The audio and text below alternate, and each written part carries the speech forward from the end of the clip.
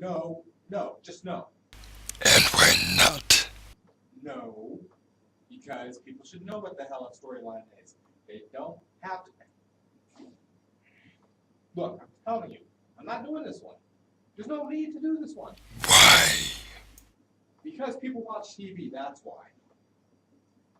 You watch TV, get a scriptwriter, watch how script writing is done or how it used to be done in the past, and that is how fucking storylines work.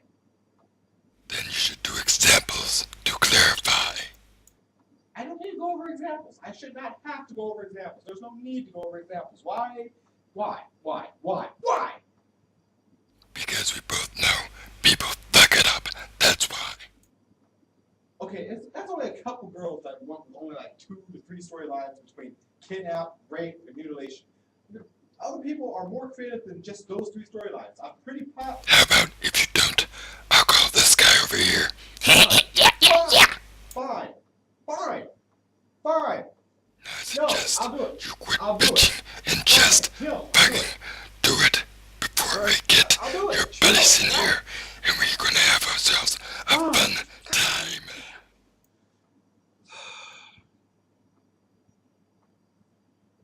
Hi everybody, JRR here.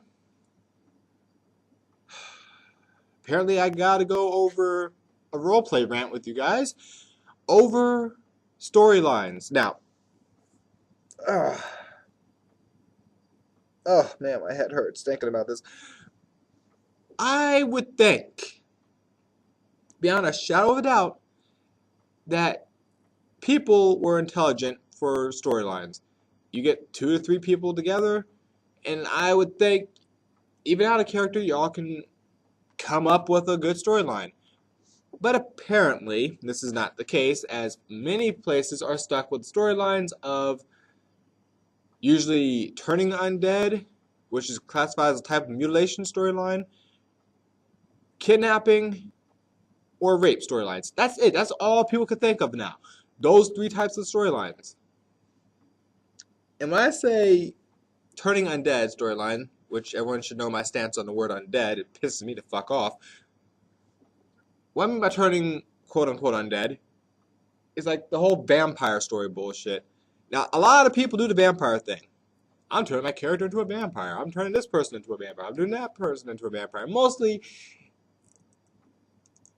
because of recent movies, most of those vampires are sparkly, pissy, vegan wannabe motherfucking vampires. Now, I'm not going to go into this whole rant about Twilight vampires, and I'm not going to go into a rant about True Blood, Switchblade, Fang vampires. If you do a storyboard about actually turning into a vampire and do it well, great, good on you. I do appreciate that. Thank you. But I'm not going to sit here and tell you guys without remorse that people are losing their originality. I mean, hell, you could look at TV and you could tell they're losing their originality. Hell, you could look at movies and tell they're losing originality because they go back through the old cartoons, for Pete's sake, and go for movies off of cartoons. They just don't have it anymore. Coming up with original ideas is like fucking shooting a mosquito with a goddamn rocket launcher. If you aim at the building, you're going to hit something. You might not get a mosquito, but damn it, you're pretty sure you're going to hit something. I just... Now, if I go off on this rant about originality, I'm going to be there a while. I'm going to be there, and I'm going to be stuck on it, and it's going to be horrible. And it's going to be against the point I'm trying to make. And see, I actually went on my way. I put down notes this time so I could stay on track.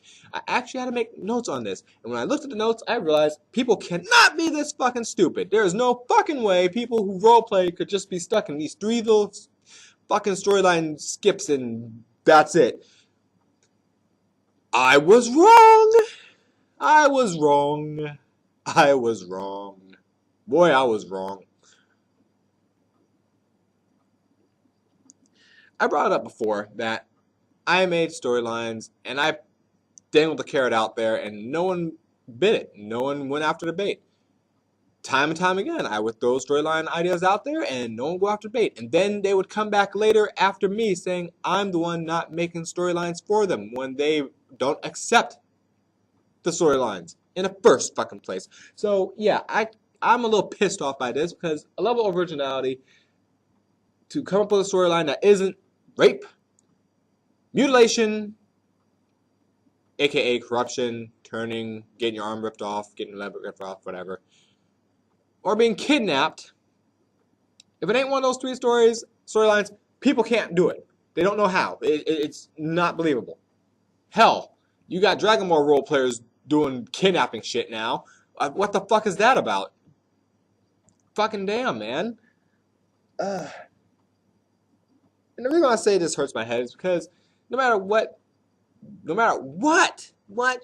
type of, we're playing Yu-Gi-Oh! Roleplay, and yet 10-1, you're gonna have 9 out of 10 of their stories with someone getting kidnapped or some sort of mutilation.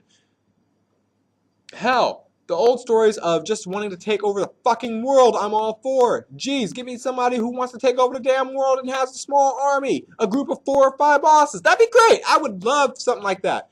Hell, my character is like fucking anti-hero status. As long as it doesn't bother him, he wouldn't care. But damn it, if villain hired him first, guess what?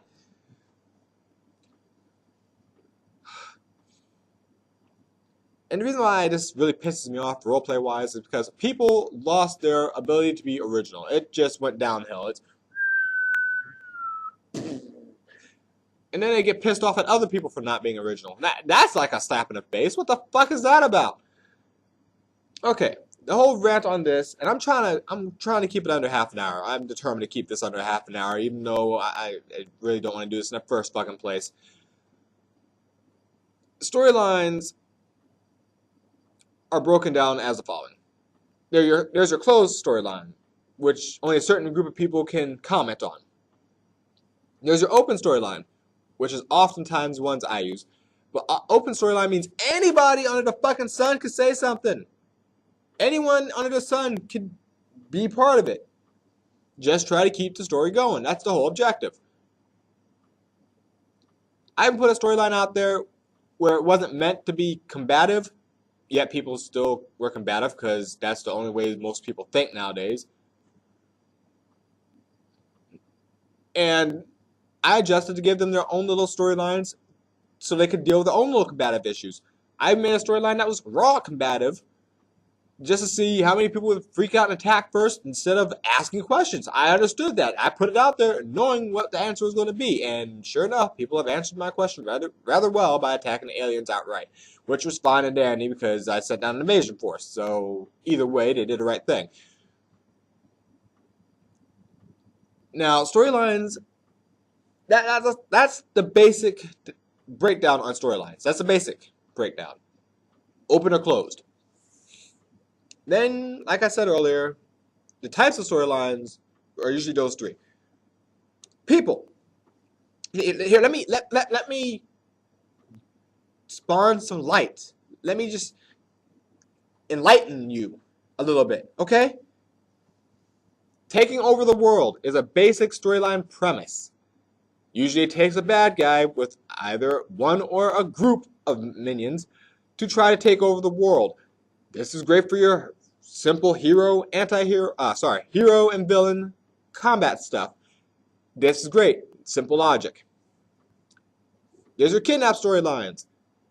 Sometimes chained with taking over the world, which is fine and dandy to a point. Most people get lost in the idea, oh, it's going to be kidnapped, and when the girl is kidnapped, they rape and get pillaged and all that happy shit. It might just be collateral. There's the rape storyline, which goes with the kidnap storyline usually, for some stupid reason. Common sense of what the fuck that is, and why people go to it all the damn time, I couldn't tell you. There's the mutilate/corruption storyline, pretty much turning people into werewolves, vampires, members of the mobile dead, fucking things like that. You know, those three, I've mentioned one first, then I did those three that everyone seems stuck fucking on. Now I'm going to continue on. Fifth one, dealing with a utopian society, another basic one, aka they came from a place that's perfect and they're trying to rebel because something comes up. Look at fucking, oh, I don't know, Equilibrium, Blade Runner, fucking, that one about buying time on your arm, shit like that. Fuck. Which leads to another one, a storyline with a time limit. Either you have this much time to live, or like Burn Cycle, you hacked something you weren't supposed to hack, and now you got like a couple hours to figure out what the hell's wrong with a certain degree of puzzles before your brain turns to mush. Either way, think outside the fucking box. Hell, another storyline, and you notice I used a lot of game examples because games have gone over different storylines. They're not all the same. Like the Seventh Guest was a good one. It was a bunch of puzzles, but you're pretty much trying to redeem a ghost you're pretty much trying to redeem a ghost. I'm not going to go into details on who exactly you're redeeming because that would ruin the whole that's a twist kind of thing from M. Night Shyamalan. Before M. Night Shyamalan was M. Night Shyamalan, apparently. You're trying to redeem a ghost, but you're going through puzzles to figure out what the fuck is wrong with this toy maker who apparently has a fantastic obsession with kidnapping and killing kids while trapping their souls in dolls. That was fucking nuts, and that was crazy, but the game itself was a little bit spooky. Fun to play, very spooky. Another storyline would be a person trying to deal with their inner demons. You can either do this as combative, or you can do this as a survival, or even a survival horror. Hell, people like Silent Hill. Oh, we got Pyramid Head, yay! He's a rapist, and I can do the rape stories now. See, again, they always go back to the rape stories, as opposed to actually dealing with your inner demons and trying to neutralize them. So many basic things. There's so many different storylines out there that it's maddening that they're stuck with the basics. Developing a machine to help. Realizing that a certain book translates to it's a cookbook or something like that. Hell, watch most of the old school shows and then look and see what their actual story premise was, and you'll realize, oh, there's actually more out there than those three fucking things. Hell, the fucking, what was it? Tales from the Dark Side.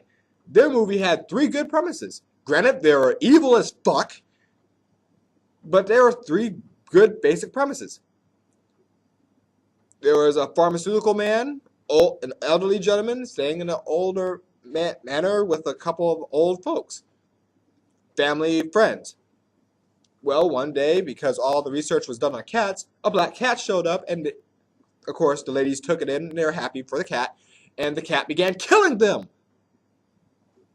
Cats can't kill people. Bullshit, watch that one. The Cat from Hell, it killed people. This doesn't mean all cats are evil, but the story premise was pretty simple. It was a cat sent from the spirits as a type of revenge. It wanted revenge. It was out for the benefit of the other cats that were killed during the making of drugs. Okay? So, of course, people from PETA probably had a fun time with this one, even though the cat was animatronic and whatnot.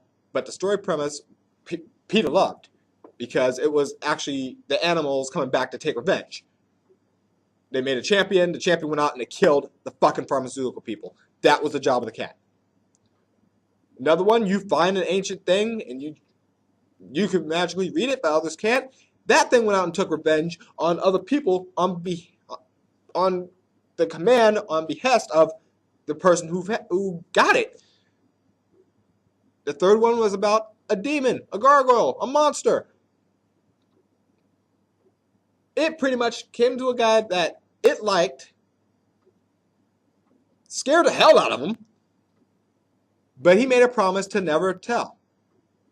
So, of course, the gargoyle, demon, whatever, sat there and started talking to him. He's like, okay, look, I'll spare you your life, however, comma. In exchange for your life, you must never tell anyone what you've seen, what you've heard, what you've witnessed. And the guy's like, yes, of course, I'll do what you say. Just let me live. So, of course, the demon held to the freaking premise. It's like, okay. Which by itself is its own little storyline. Hold someone to the word and see if they keep to it. I mean, something simple. You don't have to do a combative fucking storyline. You don't have to do fucking murder storyline all the fucking time. Hold on, let me get the light back on. You don't have to do all that shit. Seriously. You can always go with more simple stories and actually have a fun time in roleplay. What the fuck? Fun time and roleplay. It's roleplay. If you're so worried about storylines, get up off your fucking ass and make some notes on it. There. Done. Okay? Jeez. If you can't think of any storylines, watch some TV. Watch a couple episodes of shows you actually like. Then make notes. Make some notes. Just take a... In fact, I will give you homework. I will give you homework like a professor would in some fucking school. Take a notebook. A small notebook. Take a pen. And watch a couple of your favorite shows. And what I want you to do is make a small outline on what the episode outline was. The episode outline itself. Just make a small little note on that, okay? Can you do that for me? Just make a small little outline on how the story went. I don't need to know names. I don't need to know dates. Just something to help you out. If you're having problems with storylines, watch your favorite show. Wait, great, my voice is trying to break again. Thank you, Cole, for trying to kick my ass. Anyway, watch your favorite show, watch a couple of episodes, especially episodes you like. Jot down the actual storyboard. Jot it down. You'll be able to figure it out. If you can't figure it out, the protagonist, name them Pro-T. Protagonist. If there's an antagonist of the thing, call them Ant. They're antagonists, A-N-T. And then write down what happened. The antagonist is seeking out members of the protagonist's family to unlock the seal of his master. Or some shit like that. You could pretty much figure out what the actual story is when you watch the episode. Just jot it down. Now, after you jot it down, and you look at it for a little bit, and then you can realize, hey, no matter what you watch, you could do the same thing and actually get some storyline ideas, which should get the engine in your brain moving. Should get that little hamster that was sitting there on the wheel of creativity that's been... yeah, you'll resurrect it like a fucking zombie, and it will help you come up with your own storylines as well. Thank you guys. Have a good fucking night. I'm getting the fuck out of here. Later. And I'm not doing this shit again. I told your ass. If we're not doing it, I'm not doing it. Hey! God damn it.